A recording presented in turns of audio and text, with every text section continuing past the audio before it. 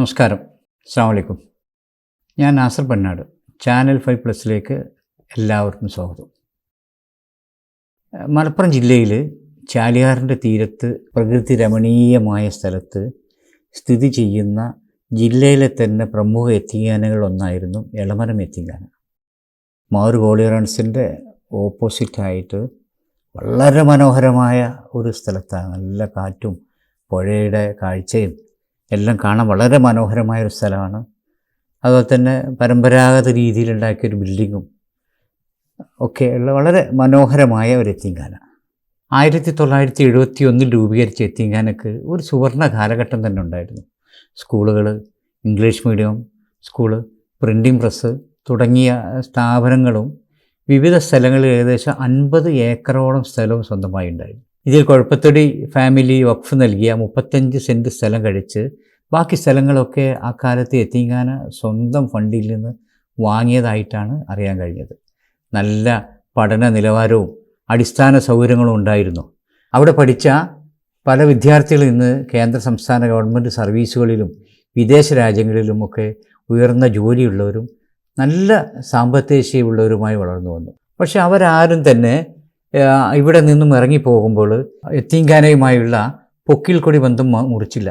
പകരം യത്തീംഖാന old student federation എന്ന പൂർവ്വ വിദ്യാർത്ഥി സംഘടന ഉണ്ടാക്കി യത്തീംഖാനയുടെ ദൈനംദിന പ്രവർത്തനങ്ങളിൽ പങ്കാളികളാവുകയും ലക്ഷക്കണക്കിന് രൂപ ചെലവഴിച്ച് പല വികസന പ്രവർത്തനങ്ങൾ നടത്തുകയും ചെയ്തു.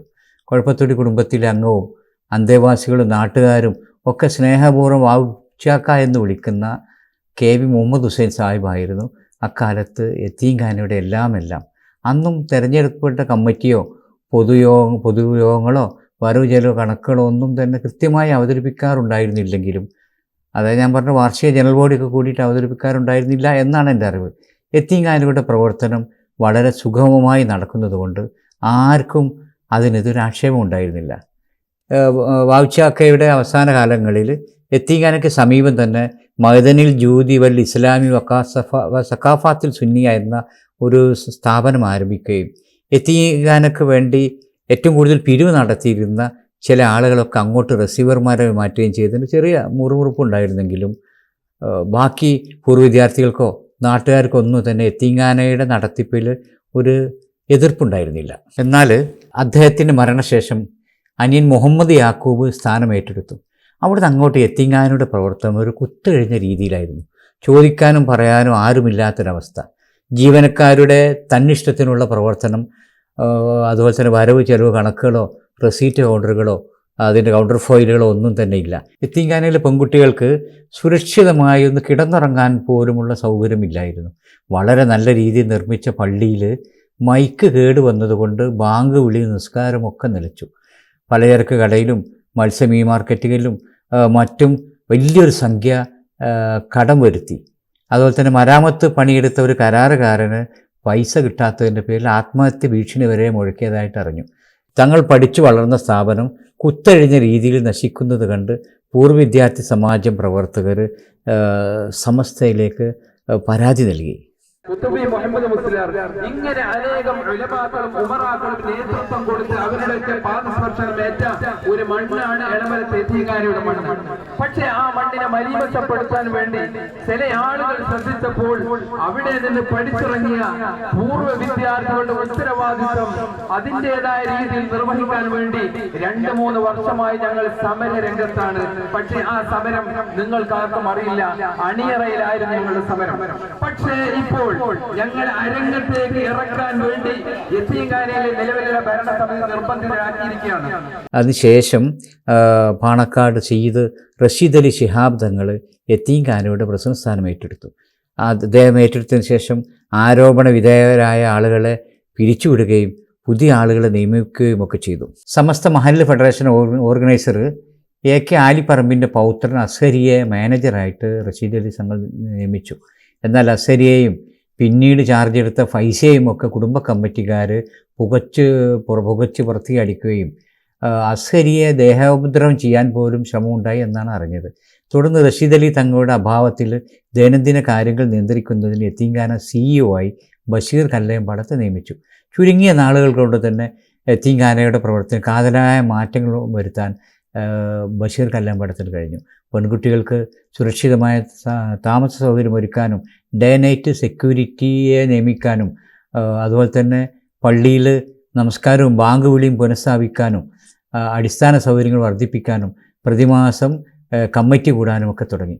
അതോടൊപ്പം തന്നെ വാടക എന്ന പേര് തുച്ഛമായ സംഖ്യ എഴുതി കുടുംബ കമ്മിറ്റിക്കാരും ബന്ധുക്കളും ഒക്കെ കൈവശം വെച്ചിരുന്ന ഭൂമിയും മറ്റും പുനർവാടകക്ക് നൽകുകയും ചെയ്തുകൊണ്ട് യത്തീംഖാനയിൽ ഉണ്ട് എന്ന് പറയുന്ന സാമ്പത്തിക പ്രതിസന്ധിക്ക് പരിഹാരം കണ്ടു. ഇതിന് താഴെ പറയുന്ന കണക്കുകൾ പരിശോധിച്ചാൽ അറിയാം കുടുംബ കമ്മിറ്റിക്ക് മുൻപും ശേഷമുണ്ടായ യത്തീംഖാനയിലെ സാമ്പത്തിക വരുമാനത്തിൻ്റെ അന്തരം. ഈ പഴയ കമ്മിറ്റി കഴിഞ്ഞ് പുതിയ കമ്മിറ്റി സ്ഥാനം ഏറ്റെടുക്കുന്നത് കോവിഡ് സമയത്താണ്. കുടുംബ കമ്മിറ്റിയിൽ നിന്ന് റഷീദ് അലി ശിഹാബ് തങ്ങൾ സ്ഥാനം ഏറ്റെടുത്ത് ഈ പറഞ്ഞ ആളുകളൊക്കെ നിയമിച്ചതിന് ശേഷമുള്ള കണക്കുകളും അതിന് മുൻപുണ്ടായ കണക്കുകളും നമുക്കൊരു താരതമ്യ പഠനം നടത്താം. തങ്ങൾ വരുന്നത് എനിക്ക് തോന്നുന്നത് 2020-21 വർഷങ്ങളിൽ ഫുൾ ടൈം കൊറോണ ഉള്ള സമയത്താണ്. നമുക്കറിയാം ആ സമയത്ത് അദ്ദേഹത്തിന് പ്രളയം ഉണ്ടായി. അപ്പോൾ ആ സമയത്ത് വാടകയിലെ വരുമാനം കുറയാം, അതുപോലെ തന്നെ പൊതു കലക്ഷൻ നടത്താൻ പറ്റാത്ത സാഹചര്യങ്ങളുണ്ടായിരുന്നു. ആ സമയത്തായിട്ട് പോലും അവിടെയുണ്ടായ ഈ സാമ്പത്തിക രംഗത്തുള്ള മാറ്റം ഒന്ന് പരീക്ഷിക്കാം. നമുക്ക് ആ കണക്കൊന്ന് പരിശോധിക്കാം. 2019-20 വർഷം കുടുംബം നടത്തിയ സമയത്ത് വാടക വരുമാനത്തിൽ കിട്ടിയത് 5,03,300 രൂപ മാത്രമാണ്. എന്നാൽ ഈ കൊറോണ സമയത്ത് 2020-21 വർഷം ആ കൊറോണക്കുള്ള സമയത്ത് റഷീദ് അലി ശിഹാബ് തങ്ങളുടെ നേതൃത്വത്തിലുള്ള സമയത്ത് വാടക ഇനത്തിൽ കിട്ടിയത് 19,48,545 രൂപ. അത് ആലോചിച്ചോണ്ട് ഏകദേശം 14 ലക്ഷം രൂപയുടെ വർധന വാടക ഇനത്തിൽ തന്നെ ഉണ്ടായി. അതുപോലെ 2019-20 വർഷം ഫുൾ ടൈം റിസീവർമാരുള്ള സമയത്ത് ഫുൾ ടൈം വീടുകളിലൊക്കെ കയറി റിസീവർമാർ പിരിവ് നടത്തുന്ന സമയത്ത് സംഭാവനത്തിൽ കിട്ടിയത് 66,02,826 രൂപയാണ്. എന്നാൽ റഷീദ് അലി ശിഹാബ് തങ്ങളുടെ സമയത്ത് കോവിഡ് സമയമാണ്. ആ കോവിഡ് സമയത്ത് നമുക്കറിയാം കടകളൊക്കെ അടച്ചിട്ട് വീടുകളിലൊന്നും പോയി കലക്ഷൻ നടത്താൻ വയ്യ. ആ സമയത്ത് പോലും അവിടെ യത്തീംഖാനയിലേക്ക് നേരിട്ട് ലഭിച്ചത്, അതായത് പലരും നേർച്ച ചേർന്ന പൈസയും സംഭാവനയായിട്ട് യത്തീംഖാനയിലേക്ക് നേരിട്ട് ലഭിച്ചത് 40,15,407 രൂപ 66 പൈസയാണ്. അതുപോലെ 2019-20 കുടുംബത്തിൻ്റെ കമ്മിറ്റി നടത്തുന്ന സമയത്ത് ക്യാഷ് ബാങ്കിലുണ്ടായിരുന്നു വെറും 24,454 രൂപയാണ്. അത് തങ്ങൾ വന്നപ്പോൾ ആ ക്യാഷ് എന്ത് ചെയ്തു എന്ന് വെച്ചാൽ 12 ലക്ഷത്തിലധികം രൂപ ബാങ്കിൽ ക്യാഷ് ബാലൻസായി. അതുപോലെ തന്നെ കുടുംബം നടത്തിയിരുന്ന സമയത്ത് അതിൻ്റെ നടത്തിപ്പുകാരുടെ കയ്യിൽ ഏകദേശം 85,722 രൂപ ഉണ്ടായിരുന്നു എന്നാണ് അവർ പറയുന്നത്. ഇതന്നെ അവിടെയുള്ള ഒരാളുടെ സ്വന്തം കയ്യിലായിരുന്നു. എന്നാൽ തങ്ങളെ സമയത്ത് ഇങ്ങനെ ക്യാഷ് കയ്യിൽ വെക്കുന്നത് നിർത്തിയിട്ട് അപ്പോൾ അന്ന് ആ ക്യാഷായിട്ടുണ്ടായിരുന്നത് 12,193 രൂപ മാത്രമാണ്. അതുപോലെ തന്നെ മാനേജ്മെൻറ്റ് സ്കൂളുകളിൽ ലക്ഷങ്ങൾ കോഴ വാങ്ങുന്നത് ഇന്നൊരു നാട്ടുനടപ്പാണ്. അപൂർവം ചില സ്ഥാപനം, എനിക്ക് തോന്നുന്നത് ചേന്നമംഗലൂർ പോലെയുള്ള ചില സ്ഥാപനങ്ങൾ മാത്രമേ നിയമനങ്ങൾക്ക് കോഴ വാങ്ങാത്തതായി എനിക്കറിയുള്ളൂ. ഇങ്ങനെ എളമരം യത്തീംഖാനയ്ക്ക് കീഴിലുള്ള സ്കൂളുകളിൽ 1977 മുതൽ വ്യാപകമായി നിയമനങ്ങൾക്ക് കോഴ വാങ്ങിയിട്ടുണ്ടെന്നും ഈ ഒരു കണക്കും ഇതിൻ്റെ വരവ് ചെലവ് കണക്കുകളൊന്നും യത്തീംഖാനയുടെ രേഖകൾ വന്നിട്ടില്ല എന്നുമാണ് പൂർവ്വ വിദ്യാർത്ഥികൾ പറയുന്നത്. ഈയിടെ ഒഴിവ് വന്ന 2 വേക്കൻസി ഉണ്ടായിരുന്നു. അതിൽ കുടുംബ കമ്മിറ്റിയിൽപ്പെട്ട ഒരാളുടെ ബന്ധുവിനും നമ്മുടെ സമസ്തയിലെ സജറ വിഭാഗത്തിൽപ്പെട്ട ഒരു നേതാവിൻ്റെ ബന്ധുവിനെ നിയമിക്കാൻ തീരുമാനമെടുത്തപ്പോൾ ഇനി മുതൽ അങ്ങനെ നിയമിക്കാൻ പറ്റില്ല, പരസ്യമായി പത്രപരസ്യം നൽകി അപേക്ഷ സ്വീകരിച്ച് അർഹരായവരെ തിരഞ്ഞെടുക്കണം എന്നും യത്തീംഖാനയുടെ വസ്തുക്കളും മറ്റും വാടക നൽകുന്നത് ടെൻഡർ വിളിച്ചിട്ടാകണമെന്നും റഷീദ് അലി ശിഹാബ് തങ്ങൾ കർശനമായി തീരുമാനിച്ചു. ഇതുവരെ സ്വന്തക്കാരും ബന്ധക്കാരൊക്കെ വാടക എന്ന പേരിൽ കൈവശം വെച്ചിരുന്ന സ്ഥലങ്ങളെല്ലാം നിയമാനുസൃതമായി വാടക നൽകിയപ്പോൾ ഉണ്ടായ വർധനവ് നമ്മൾ നേരത്തെ കണക്കിൽ കണ്ടല്ലോ. അതുപോലെ തന്നെ യത്തീംഖാനയുടെ 9 ഏക്കർ ഭൂമിയിൽ കല്ലുവെട്ടാൻ നൽകിയതിന് ലക്ഷങ്ങളാണ് ലഭിച്ചിരിക്കുന്നത്.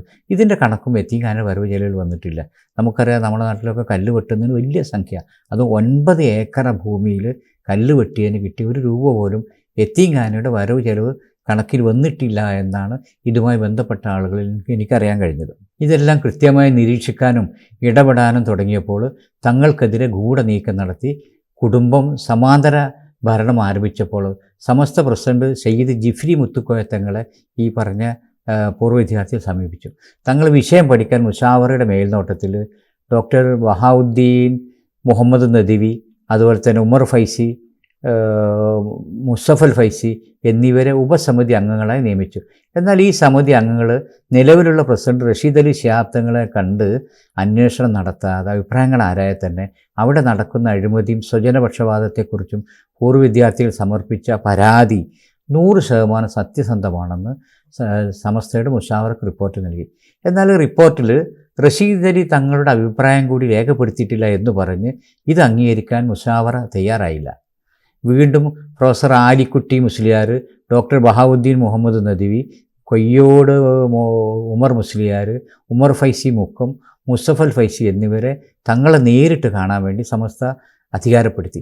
ഈ സമിതി തങ്ങളെയും മറ്റെല്ലാവരെയും കണ്ട് വസ്തുത അന്വേഷണം നടത്തി യതീംഖാനക്ക് കുടുംബ കമ്മിറ്റി അല്ലാതെ ജനകീയമായൊരു കമ്മിറ്റി വേണമെന്ന് റിപ്പോർട്ട് നൽകി. അതുപ്രകാരം ജനകീയ കമ്മിറ്റി രൂപീകരിക്കാൻ പാണക്കാട് സയ്യിദ് സാദിഖ് അലി ശിഹാബ് തങ്ങളെ അധികാരപ്പെടുത്തി. അതുപ്രകാരം സാദിഖ് അലി ശിഹാബ് തങ്ങൾ, റഷീദ് അലി തങ്ങൾ പ്രസിഡൻറ്റും വലിയുദ്ദീൻ ഫൈസി സെക്രട്ടറിയും ET മുഹമ്മദ് ബഷീർ MP ട്രഷറുമായി ഒരു ജനകീയ കമ്മിറ്റി തീരുമാനിച്ചു. നാട്ടിൽ 2 വിഭാഗങ്ങൾ തമ്മിലുള്ള ഒരു പ്രശ്നത്തിൽ കക്ഷി ചേരേണ്ട എന്ന് കരുതിയതുകൊണ്ടായിരിക്കണം സമസ്ത തന്നോട് നേരിട്ട് അറിയിച്ചിട്ടില്ല എന്ന കാരണം പറഞ്ഞ് വലിയുദ്ദീൻ ഫൈസി സ്ഥാനം ഏറ്റെടുത്തില്ല.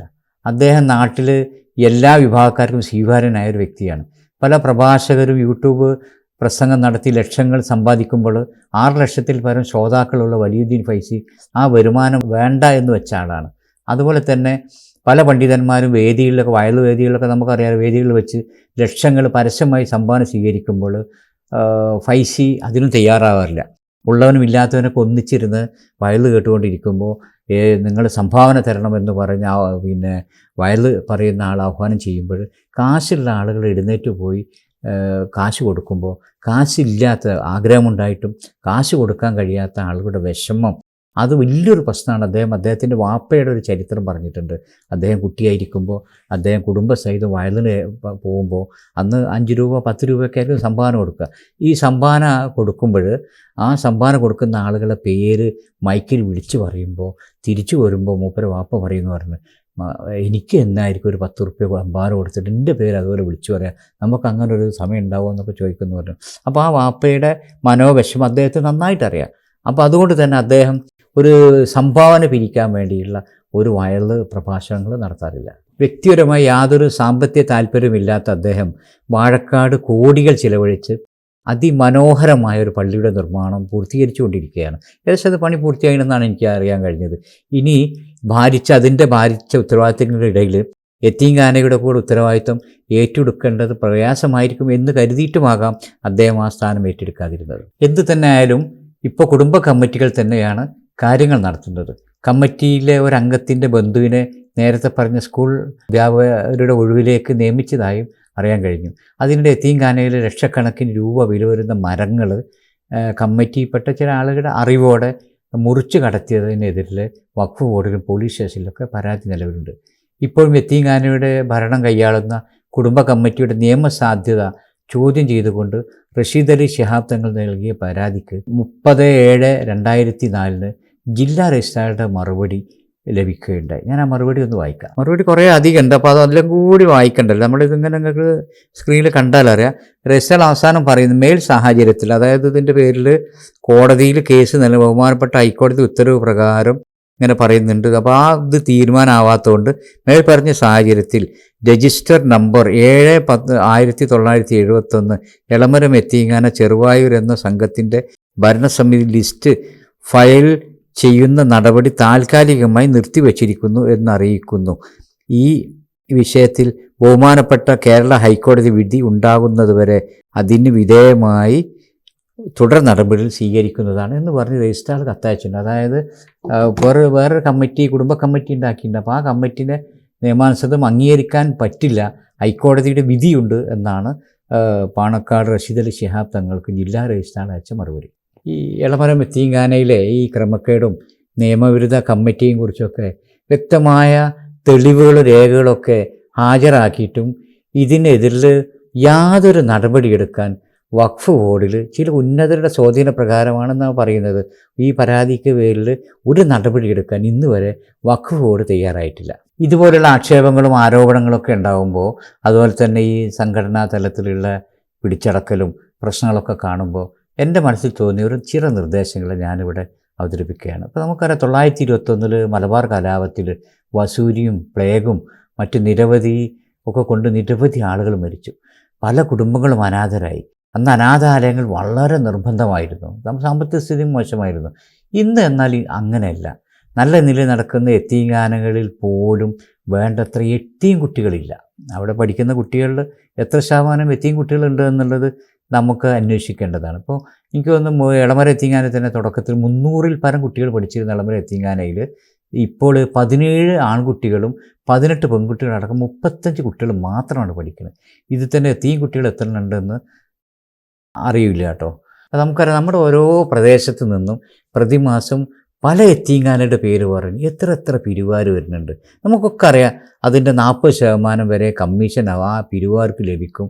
നിങ്ങൾ 100 രൂപ കൊടുത്താൽ ഏകദേശം 60 രൂപ യത്തീംഖാന കിട്ടും എന്നറിയാം. എന്നിട്ടും നമ്മൾ ആരും തന്നെ ഇവരെ വെറും കൈയോടെ പറഞ്ഞേക്കാറില്ല. എല്ലാവരും എന്തെങ്കിലും ഒരു സംഖ്യ യത്തീംഖാന എന്നുള്ളവർക്ക് കൊടുക്കും. വലിയ സംഖ്യ കൊടുക്കുന്ന ആളുകളുമുണ്ട് കേട്ടോ.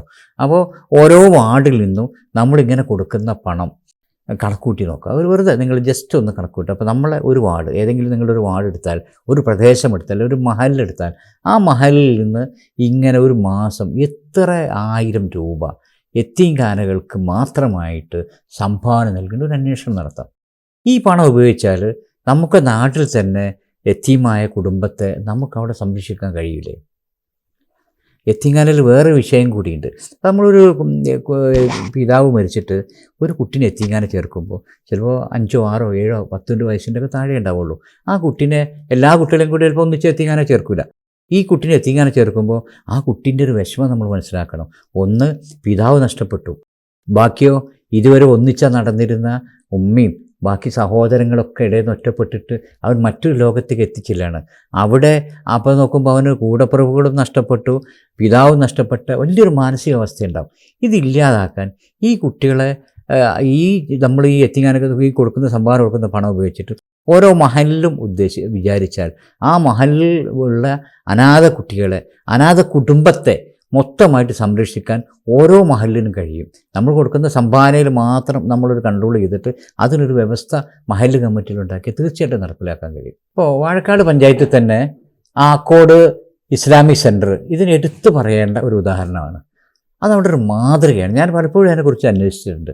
അവിടെ യത്തീം കുടുംബങ്ങളെ കണ്ടെത്തി ആ കുടുംബത്തെയും അവരുടെ ആ കുടുംബത്തിൻ്റെ വിദ്യാഭ്യാസവും മറ്റെല്ലാ ചെലവും വഹിക്കാൻ പറ്റുന്ന ഒരു സ്പോൺസറെ കണ്ടെത്തും. എന്നിട്ടാണെങ്കിൽ ഈ സ്പോൺസർക്കുള്ള നിബന്ധന, ആ സ്പോൺസറുടെ കുട്ടികളെ എങ്ങനെയാണോ അദ്ദേഹം വളർത്തുന്നത്, കുട്ടികൾക്ക് ടോയ്സ് കൊടുക്കും, അല്ലെങ്കിൽ ഡ്രസ്സ് വാങ്ങിക്കൊടുക്കും, അതേ രീതിയിൽ തന്നെ അത് മറ്റൊരു യത്തീം കുട്ടി അല്ലെങ്കിൽ സംഭാവന കൊടുക്കുന്നൊരു കുടുംബം എന്നില്ലാത്ത രീതിയിൽ തന്നെ അദ്ദേഹം ആ കുടുംബത്തിന് കൊടുക്കണം. അത് മാത്രമല്ല, ഇനി നാളെ അവിടെ ചെന്നിട്ട് ആ കുടുംബത്തെ ഞാൻ സംരക്ഷിക്കുന്ന എന്ന് പറഞ്ഞ് കേട്ട് അവകാശവാദം ഉന്നയിക്കാനും കഴിയില്ല. ആ സ്പോൺസർ ഏത് കുടുംബത്തെയാണോ ദത്തെടുത്തത് എന്നുള്ളത് ആ സ്പോൺസർ ഒരിക്കലും അറിയില്ല. അതുപോലെ തന്നെ ആരാണ് ഞങ്ങളുടെ ചെലവുകൾ നടത്തുന്നതെന്ന് ഈ കുടുംബവും അറിയില്ല. എന്ത് മനോഹരമായ പ്രവർത്തനമാണത്. ഇത് എനിക്ക് തോന്നുന്നു ആക്കോട് മാത്രമല്ല, ഇല പോലെയുള്ള ഒരുപാട് സംഘടനകൾ ഇപ്പം അത് വളരെ മാതൃകാപരമായി നടത്തിക്കൊണ്ടിട്ടുണ്ട്. എന്തുകൊണ്ട് നമുക്ക് അങ്ങനെ ഒരു മാതൃകയെക്കുറിച്ച് ഓരോ മഹല്ല് കമ്മിറ്റിക്കും ചിന്തിച്ചുകൂടാ? അപ്പോൾ ഇനി ഒരുപാട് പറഞ്ഞ് കാട് കയറുന്നില്ല. അപ്പോൾ നമ്മളെ യത്തീംഖാനയിലെ പ്രശ്നത്തിലേക്ക് തന്നെ വരാം. അവിടെ ഞാൻ മനസ്സിലാക്കിയത് അവിടുത്തെ പൂർവ്വ വിദ്യാർത്ഥികൾ അവർ അതിൻ്റെ ഇടയ്ക്ക് ഒരു പ്രാവശ്യം സമരമൊക്കെ നടത്തിയിരുന്നു. ഇനിയും അവർ പ്രത്യക്ഷ സമരത്തിലേക്കും അവിടെ സ്കൂളിലെ നിയമനങ്ങളെക്കുറിച്ചും മറ്റുള്ളതിനെക്കുറിച്ചൊക്കെയുള്ള കോടതി വ്യവഹാരങ്ങളിലേക്കൊക്കെ പോകാനുള്ള സാധ്യതയുണ്ട്. ഇത് നീണ്ടുപോകാതെ ബന്ധപ്പെട്ട ആളുകൾ അതിന് ഇടപെട്ട് കുറ്റക്കാർക്കെതിരെ മുഖം നോക്കാതെ നടപടിയെടുത്ത് അതിൻ്റെ ഭരണം ഒരു ജനാധിപത്യ രീതിയിൽ ഒരു ജനകീയ കമ്മിറ്റിയെ ഏൽപ്പിക്കാനും ഇനിയും അതിനെക്കുറിച്ച് അതിന് വൈകരുത് എന്ന അപേക്ഷയോടെ ഞാൻ നിർത്തുന്നു.